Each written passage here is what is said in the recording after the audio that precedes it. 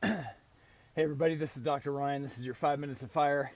And today is about asking the question why you want to achieve certain things. Why do you want to be successful? Why do you want a big practice? Why do you want to do triathlons? Why do you want to have a lot of money? Why do you want to, speak on stage at seminars? Why do you want, whatever? Why do you want people to like you? The question is why? It's the most powerful question you could ever ask yourself, because it's the compass or the fuel that drives you in a certain direction, and it's basically your motive. What's your motive for doing certain things? And what we find out is if our motive is not pure, or we don't actually know our motive, we're going to give up when it gets tough. We're going to give up when we get frustrated, when we get rejected, if we don't have a clear why, and that why is not compelling. And so, for me, the first couple years in practice, I wanted a huge practice, and it was because I didn't really know why. I just knew that all my mentors had huge practices, everybody that spoke on stage that I wanted to be like and emulate, they all had big practices. So for the first couple of years, I just pushed really hard to have a big practice. And we grew a fairly big practice, but we'd hit a certain level and then kind of leveled off, plateaued, and I got really frustrated because I didn't have this huge practice that my mentors had and the people I looked up to. And so over the last couple of years, I've really had to ask myself why. And it's a slope that you continuously slide back down on. So you have to ask yourself this question, for some of us daily. Part of why I journal in the morning is to kind of bring me back to center, to reevaluate, what's my why? Why am I doing this? What are my goals? Why are those my goals? Why do I want to achieve certain things? What do I want my life to represent and stand for? But if you don't know that why, you're going to be frustrated. Like if I, met you on the street and I said, hey, how much money do you want? If I could give you any amount of money in the world, how much would you want? But you can only have it if you give me a specific, exact reason for why you want that amount. What are you going to do with that specific amount? What does that amount represent? Why do you want it?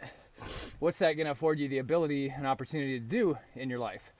And most of the time, myself included, there's not a clear target. Like most people don't know how much the money they want exactly. One of the things that Erin and I do quarterly, we started doing this just a couple years ago after reading Tony Robbins' money book, is we mapped out, or we drew out what our dream life would look like, and for us it's nothing super extravagant. It's not like have multiple homes all over the world and private jets and billions of dollars and servants and stuff. It's more like, have a decent house, have cars that run that we enjoy, be able to take our kids on vacations where they can experience different cultures around the world, and be able to take mission trips and serve and give. But it was really fun to be able to write all that stuff out, and then, okay, how much would that stuff actually cost? So then we looked it up. So how much does it cost to take 3 kids to Europe for 2 weeks a year? What does it cost to go on a mission trip to India? What does it cost to, give 10, 15, 20% of your income? What does that look like? And then we said, like, okay, this is exactly how much money we actually need in the bank, and here's why. And then the why becomes really compelling. And then you have an actual clear target.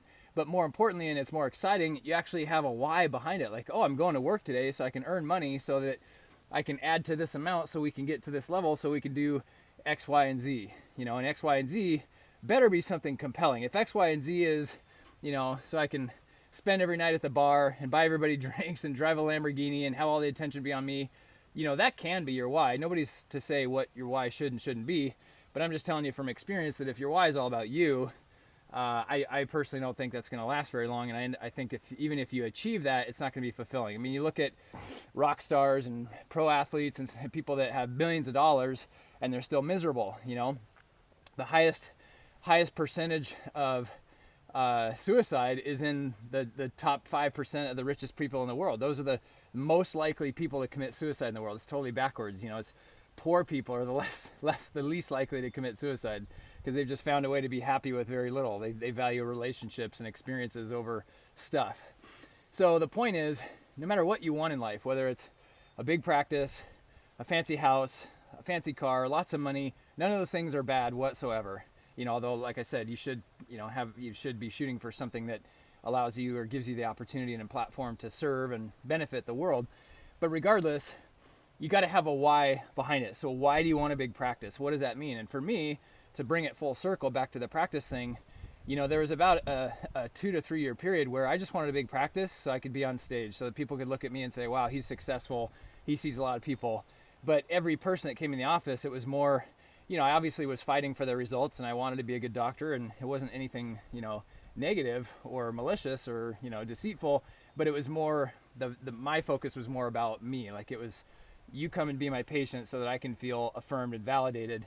Whereas now, and it's taken a couple years, to be honest with you, and I still wrestle with this every day. Again, that's why I journal, bring me back to center. But now it's more about, well, I want a big practice so that our footprint and our impact in our community is really big. Like, we want to be known as the place in our community where people go for health, no matter what that is. Not just get their neck popped, because we're really good at popping necks.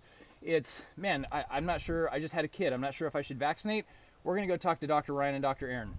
We're not sure, our kid's got a fever for 3 or 4 days. We're not sure exactly what to do. I trust those guys. I trust their philosophy and their knowledge. I'm going to go ask them. I've got friends with issues. I'm going to send them to Summit. I'm going to send them to Dr. Ryan and Dr. Erin, because that's where health and healing come from. And if there's enough people in your town that believe that, you're going to just naturally have a big practice as a side effect of that. And that's true with your church too. Like, if you want a big church, just because you want a big church, you could probably implement some tactics that'll get you there. But, we all know that leads to things crumbling. Mega church pastors all the time either commit adultery or have a drug addiction, or everything crumbles. It's the one that sustain it long term. Those people, in my opinion, probably have the most congruent and compelling why behind why their church is big in the first place. So whether it's finances, relationships, stuff, success in business, church, spiritual growth, and achievement, figure out your why, define it, and then go back to that every single day. Hope that helped you. Love you guys. See you tomorrow.